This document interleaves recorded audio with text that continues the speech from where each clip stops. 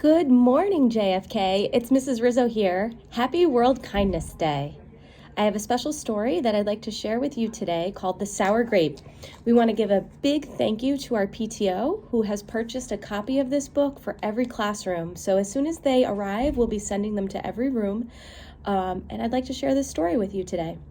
The Sour Grape by Jory John and Pete Oswald. The Sour Grape.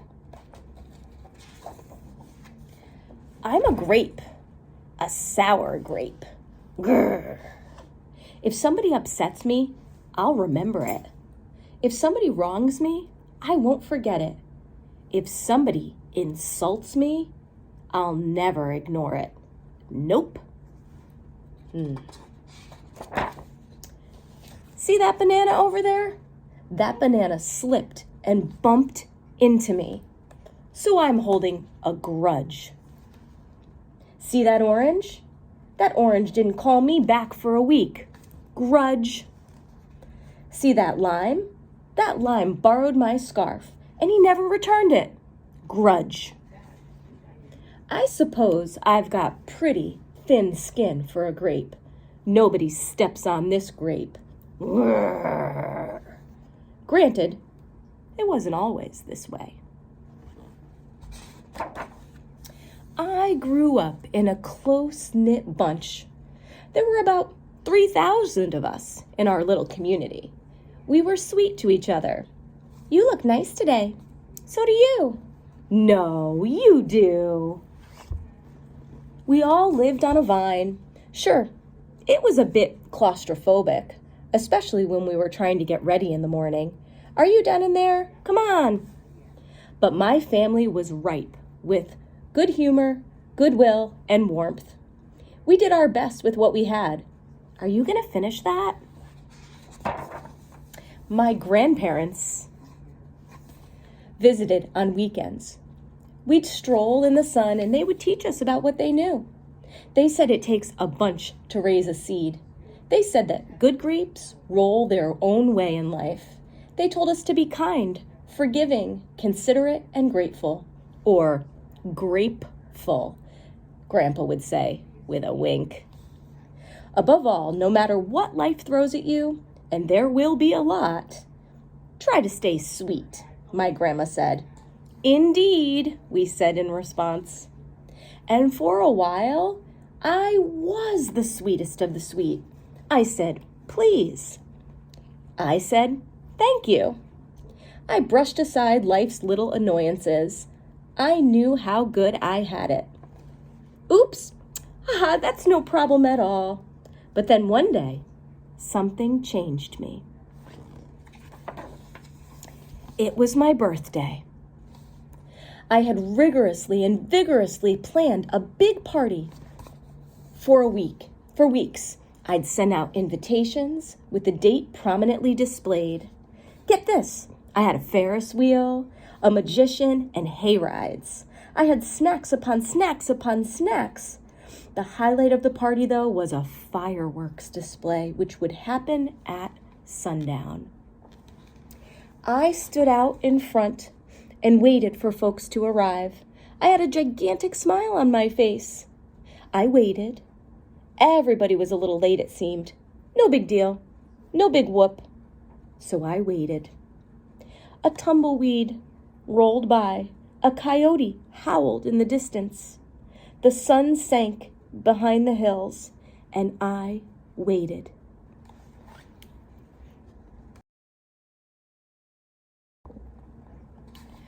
Nobody showed up, and I mean nobody.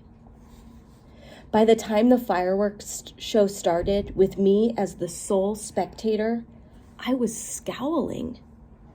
I considered everybody that I'd invited, and only one thought came to mind. Grudge, grudge, grudge, grudge, grudge, grudge, grudge, grudge, grudge.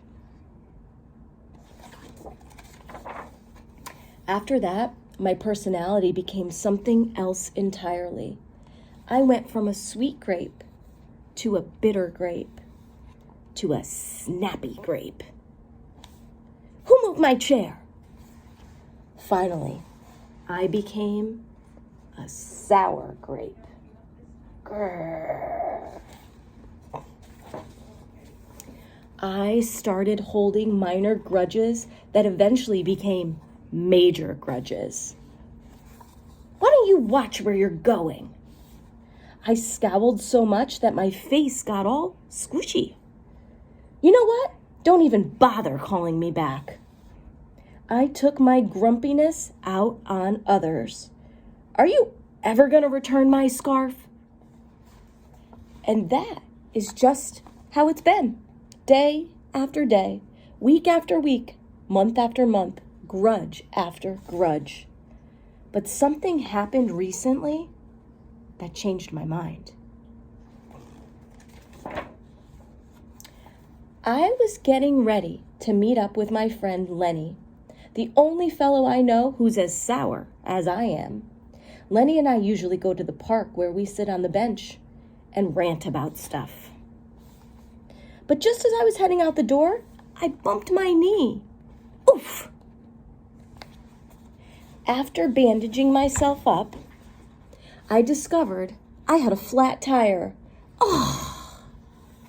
Then I missed the bus, and the next bus was late. Wah! Finally, I got off at the wrong stop. Sheesh. Sounds like some bad luck. By the time I arrived at the park, it was getting dark. Lenny was fuming and furious with a frown and a furrowed forehead. His face looked all squishy. We agreed to meet at exactly 4 o'clock. You are 3 hours late. I tried to explain why I was so tardy, but Lenny just wouldn't listen. He'd already made up his mind. He'd formed a huge grudge, and he wouldn't budge. I couldn't believe it. How unfair, I thought. How ridiculous, I thought. How, similar to the way that I would react.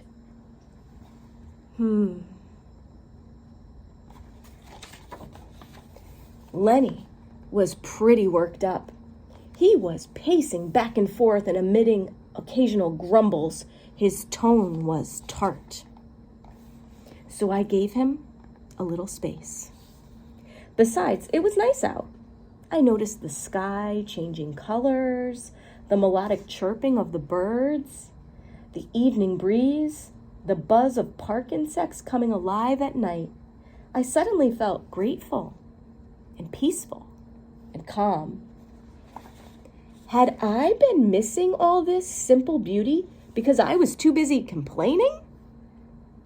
Meanwhile, old Lenny stormed off, muttering something about disrespect and lack of consideration, and I'm pretty sure I heard him add a grrr, too.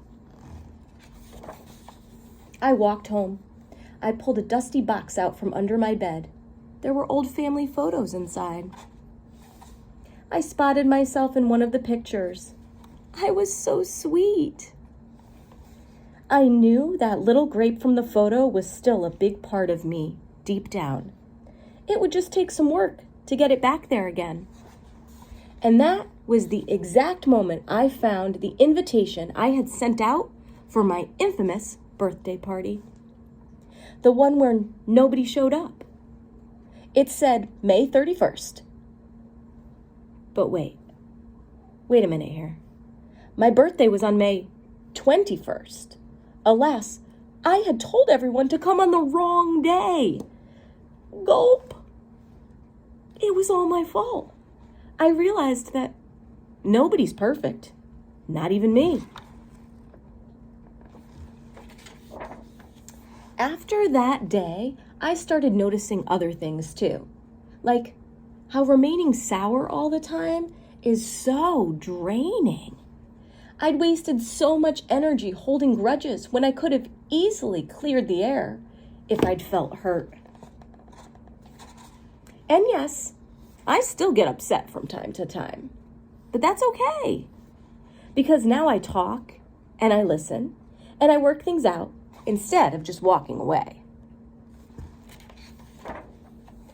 My sourness is fading.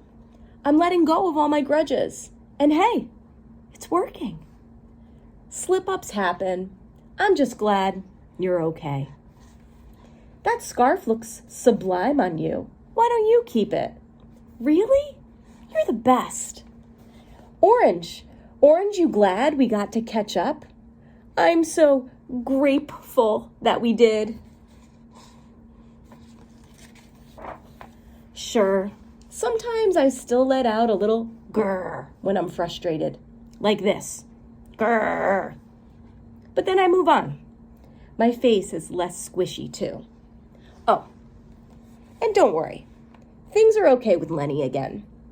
Gosh, I'm sorry I'm late. You must be furious. It's no big deal, my friend. You know what?